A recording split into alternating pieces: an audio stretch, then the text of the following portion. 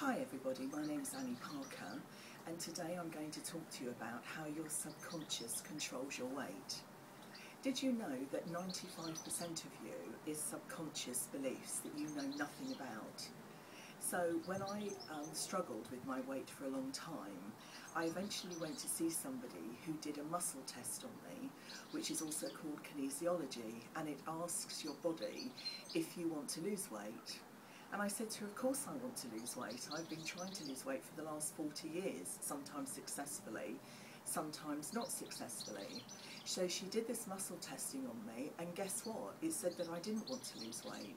And I was totally and utterly gobsmacked. I couldn't believe it.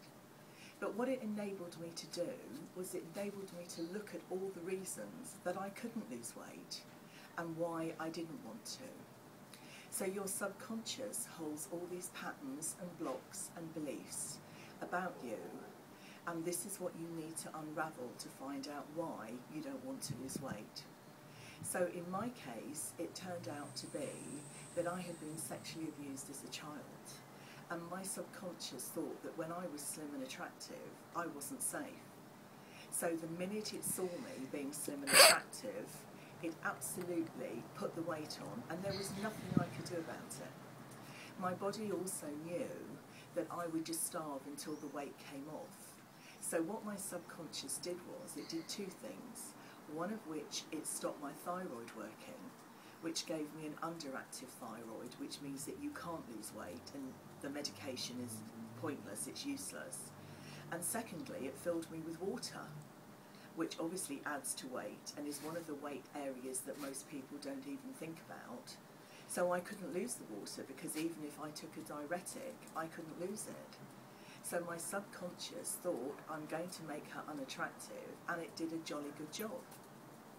So what we do in a session is find out, what does your subconscious think about you? If you put on weight, your subconscious may think then that it's full of self-disgust. So you can't lose the weight because you hate yourself.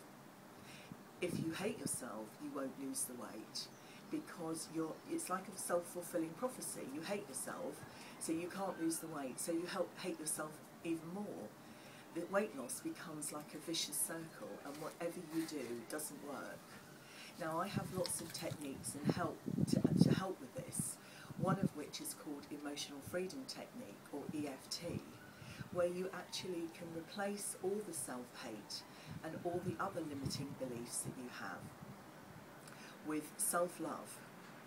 So a lot of people talk about overeating. Well, in all honesty, I know a lot of slim people and medium-sized people who overeat. You go into McDonald's, not everybody in McDonald's is obese. So that means it's not the McDonald's that's making you obese, it's what you think. Now my subconscious thought that everything I ate made me fat because that's how I felt.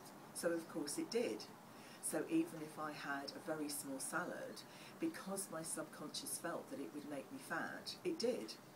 Whereas normal people don't believe that what they eat is going to make them fat, so it doesn't.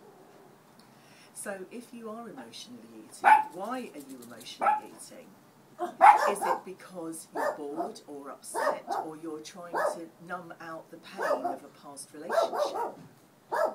These can be the reasons. That's Barney barking, so he's barking at somebody outside. So there's lots of reasons why you do it. But as I mentioned earlier, a lot of slim people eat because they're upset. A lot of slim people drink because they're upset. So we have to identify what are the real reasons for you to overeat.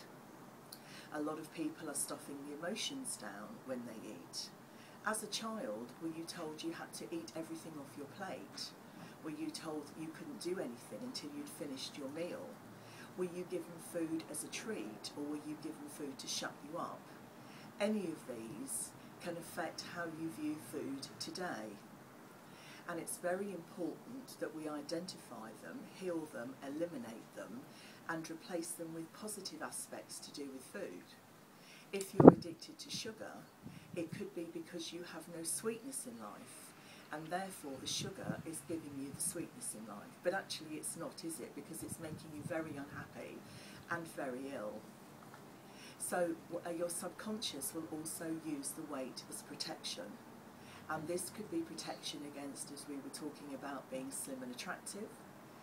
It could be protection against whatever happened to you the last time you were slim. So ask yourself, what happened to you the last time you were slim? Did you get pregnant? Was your husband jealous that you might run off with somebody else?